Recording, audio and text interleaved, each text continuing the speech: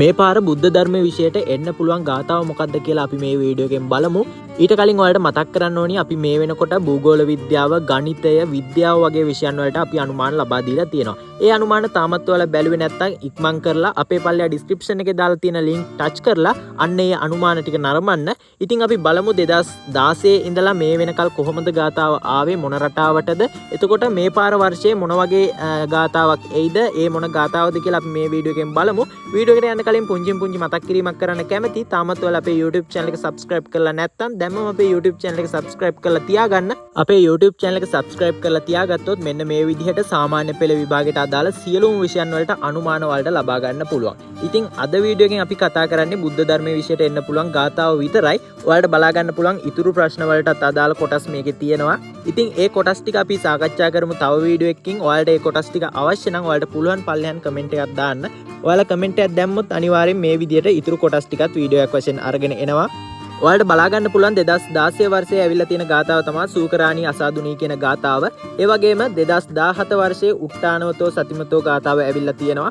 ඉතින් ඔයාලට මතක් කරන්න ඕනි තාමත් ඔයාලා අපේ YouTube channel එක subscribe නොකර නම් මේ වීඩියෝ එක බලන්නේ දැන්මම අපිට කරන උදව්වක් වශයෙන් අපේ YouTube channel එක subscribe කරලා bell icon එක all කරලා තියාගන්න. ඒ වගේම 2025 වරහන් 2026 අපොස සාමාන්‍ය පෙළ විභාගෙ ලියන්න ඉන්න ඔයාලගේ යාළුවන්ටත් මේ වීඩියෝ එක ෂෙයා කරන්න. මොකද එයාලට වැදගත් වෙන වීඩියෝ එකක් මේක. ඒ වගේම අපේ අනුමාන group සහ අපේ අනුමාන WhatsApp channel වල link එකත් පල්ලෙහා description එකේ දාලා තියෙනවා. ඔයාලට බලා ගන්න පුළුවන්. ඒ වගේම 2018 වර්ෂයේ ඇවිල්ලා තියෙනවා තංචකම්මං කතං සාදු ගාථාව. ඒ වගේම 2019 වර්ෂයේ ඇවිල්ලා තියෙන්නේ අත්තනාව කතම් පාපං ගාථාව. ඊට පස්සේ ඔයාලට බලා ගන්න පුළුවන් 2020 වර්ෂයේ ආයෙත් 2016 වගේම සූකරාණී අසාදුනී ගාථාව ඇවිල්ලා තියෙනවා. 2021 උට්ටානවතෝ සතිමතෝ ගාථාව ඇවිල්ලා තියෙනවා. ඔයාලට ඒක බලා ගන්න පුළුවන් 2017ත් ඇවිල්ලා තියෙනවා.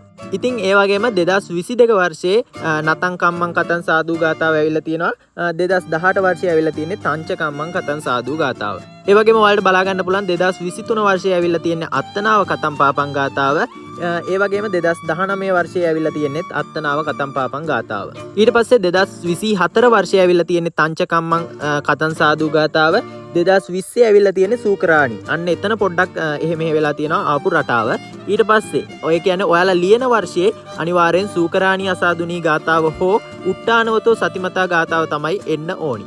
ඉතින් මේවා තමයි බුද්ධ ධර්මය විෂයට එන්න පුළුවන් ගාථාව විදිහට අනුමාන කරන්නේ. ආයෙත් මතක් කරන්න ඕනි අපේ YouTube channel එක subscribe කරලා තියාගන්න. ඒ වගේම ඔයාලට ඉදිරියට අනුමාන ඕනි විෂයන් පල්ලෙහාන් කමෙන්ට් කරන්න. එහෙනම් ඔයාලා හැමෝටම සුබ දවසක්. තවත් අනුමාන වීඩියෝ එකකින් හමු වෙමු.